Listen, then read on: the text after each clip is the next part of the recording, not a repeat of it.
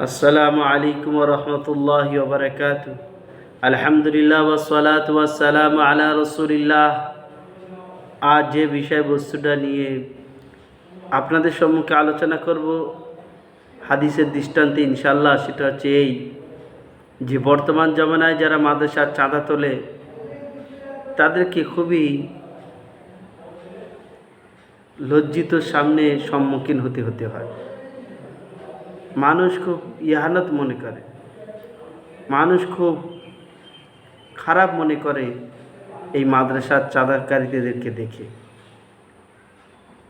ওনাদের খুবই বেইজ্জতের সামনে সম্মুখীন হতে হয়। আসুন ওনারা শরীয়তের দৃষ্টান্তে ওনাদের মর্যাদা।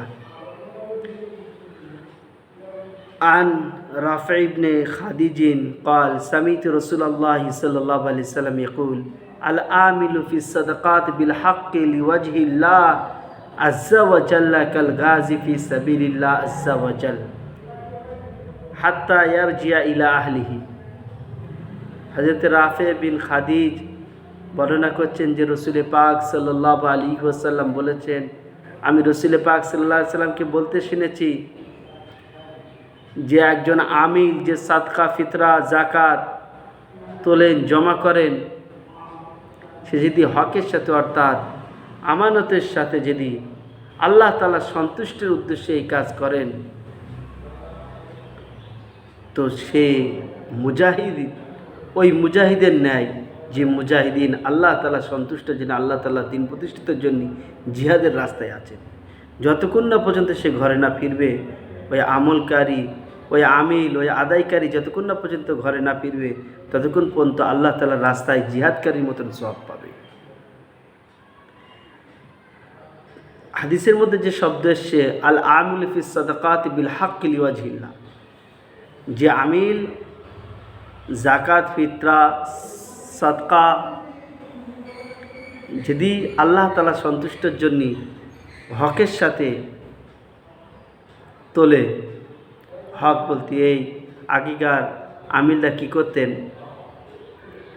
ছাগল আছে 100, তার ভেতরে নিজেদের মতন বেছে নিল, বেছে নাই, বরঞ্চ না খারাপ না ভালো, বেশি উৎকৃষ্ট মিডিয়াম একটা নেওয়া, এটাকে বলা হয় হক বুঝিয়েছেন এইখানে।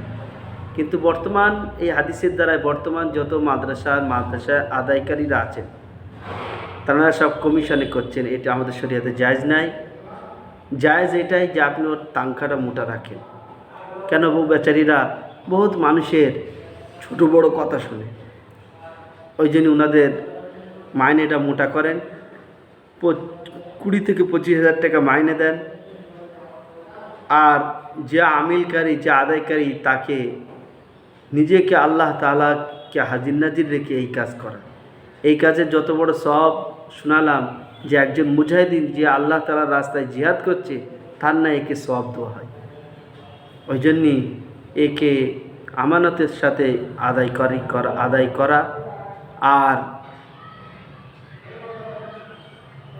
যে মাদ্রাসার আন্ডারে আদায়কারীদের পাঠানো হয়, সে মাদ্রাসার মানুষদেরকে এই মাথায় রাখতে হবে, তাদেরকে মাথায় এই কথা রাখতে হবে যে তারা যেন শরীয়তের সীমালঙ্ঘনের সীমার মধ্যে থেকে তাদেরকে মোটা মাইনে দেয়, পার্সেন্টেজ যেন একদম না দেওয়া হয়। আল্লাহ তাআলা সকলকে হেফাজত করুন, বলুন আমিন।